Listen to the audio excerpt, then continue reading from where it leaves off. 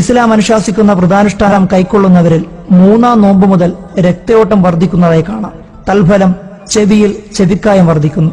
5-ാം നോമ്പ് മുതൽ രോഗപ്രതിരോധ വ്യവസ്ഥ ശക്തി പ്രാപിക്കുന്നു.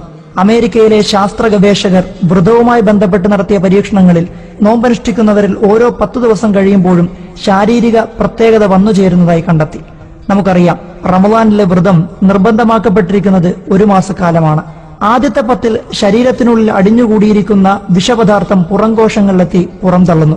തൽഫലം നാവിൽ വെള്ള കോട്ടിംഗ് നമുക്ക് കാണാൻ കഴിയും. നോമ്പുകാരനിൽ വിയർപ്പ് വർദ്ധിക്കും. അഴുക്കുകൾ പുറംതള്ളാനുള്ള മാധ്യമമായിട്ടാണ് ഇവ വർത്തിക്കുന്നത്. 2-ാം 10-ൽ ശരീരത്തിലുണ്ടായിട്ടുള്ള മൃതകോശങ്ങൾ പുറത്തുവരുന്നു. ഈ അവസരത്തിൽ തേച്ചുകുളി അഭികാമ്യം. കഫാധിക്യം വർദ്ധിക്കുന്നത് ഈ കാലഘട്ടത്തിന്റെ പ്രത്യേകതയാണ്. തൽഫലം ശരീരത്തിൽ അടിഞ്ഞുകൂടിയിരിക്കുന്ന കൊഴുപ്പുകൾ കുറയുകയും ആരോഗ്യം ശക്തിപ്പെടുകയും ചെയ്യും. 3-ാം 10 രക്ഷപ്പെടലിന്റേതാണ്.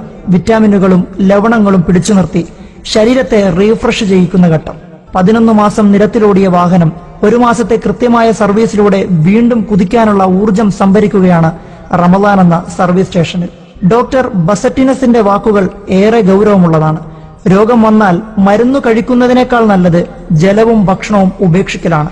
ഇതുതന്നെയാണ് വ്രതാനുഷ്ഠാനത്തിലൂടെ സംഭവിക്കുന്നത്. നോമ്പനുഷ്ഠിക്കുന്നവൻ പാലിക്കേണ്ട ചില ദിനചര്യകളുണ്ട്. പ്രഭാതത്തിന് മുമ്പ് നാം കഴിക്കുന്ന ഇടയത്താഴത്തിൽ കാരക്കയാണ് അഭികാമ്യം. ഇല്ലെങ്കിൽ ഈത്തപ്പഴം. ചോറും എരിവുള്ള പച്ചക്കറികളും നല്ലതു തന്നെ. ചായ മാറ്റി നിർത്തപ്പെടേണ്ടതാണ്. തേയിലയുടെ ഉപയോഗം യൂറിൻ കൂടുതൽ ഉൽപ്പാദിപ്പിക്കാൻ പ്രേരണയാവും. തൽഫലം നിർജ്ജലീകരണവും ധാതു ലവണ നഷ്ടങ്ങളും സംഭവിക്കുന്നു. നോമ്പുകാരന് ക്ഷീണം വർദ്ധിക്കാൻ ഇത് കാരണമാകും. വിശപ്പിന്റെ വിലയറിയാൻ കൂടിയാണ് റമദാനിലെ വ്രതാനുഷ്ഠാനം. നോമ്പുതുറകൾ മാതൃകാപരമാകണം. വ്യത്യസ്ത സംഘടനകളാൽ ഇന്ന് നടത്തപ്പെടുന്ന ഇഫ്താറുകൾ ജാതി മതഭേദമന്യേ മനുഷ്യ മനസ്സുകളെ കോർത്തിണക്കി മാനവികതയെ ഉണർത്താൻ പര്യാപ്തമാകുന്നു എന്നത് സന്തോഷം നൽകുന്നവയാണ്.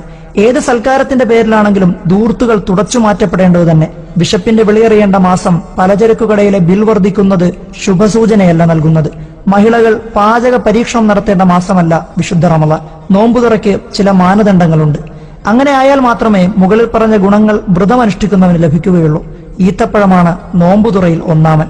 അറേബ്യൻ രാജ്യങ്ങളിലെ മുഖ്യ ആഹാരം ഈത്തപ്പഴമായതുകൊണ്ട് മാത്രമല്ല പുണ്യപ്രവാചകർ മുഹമ്മദ് നബി സല്ലല്ലാഹു അലൈഹി വസല്ലം ഈത്തപ്പഴത്തിന് മുന്തിയ സ്ഥാനം നൽകിയത്.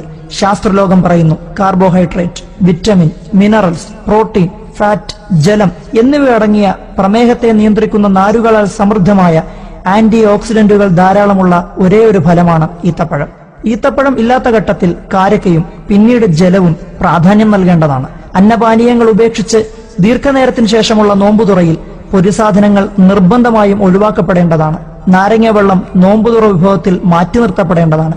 കുഴഞ്ഞു വീണു മരണം കൂടുതൽ റിപ്പോർട്ട് ചെയ്യപ്പെടുന്ന സംസ്ഥാനമാണ് കേരളം. അതിന്റെ പിന്നിലെ പ്രധാന വില്ലൻ മൈദയും. അലോക്സാൻ എലികളിലും മുയലുകളിലും പ്രമേഹമുണ്ടാകാൻ പരീക്ഷണശാലയിൽ കുത്തിവെക്കുന്നതാണ്. ഇവയുടെ സാന്നിധ്യം മൈദയിലുണ്ട് എന്ന് പുതുകാല വാർത്തകൾ നമ്മെ കണ്ണു തുറപ്പിക്കേണ്ടതുണ്ട്. ഐസ്ക്രീം, കേക്ക്, ബിസ്ക്കറ്റ് ഇവയൊക്കെയും അപകടകാരികൾ തന്നെ. നിന്ന് ഭുജിക്കൽ അതീവ ഗുരുതരമെന്ന് മുത്തു റസൂലിന്റെ പ്രവചനം ശാസ്ത്രമെന്ന് അടിവരയിടുന്നു.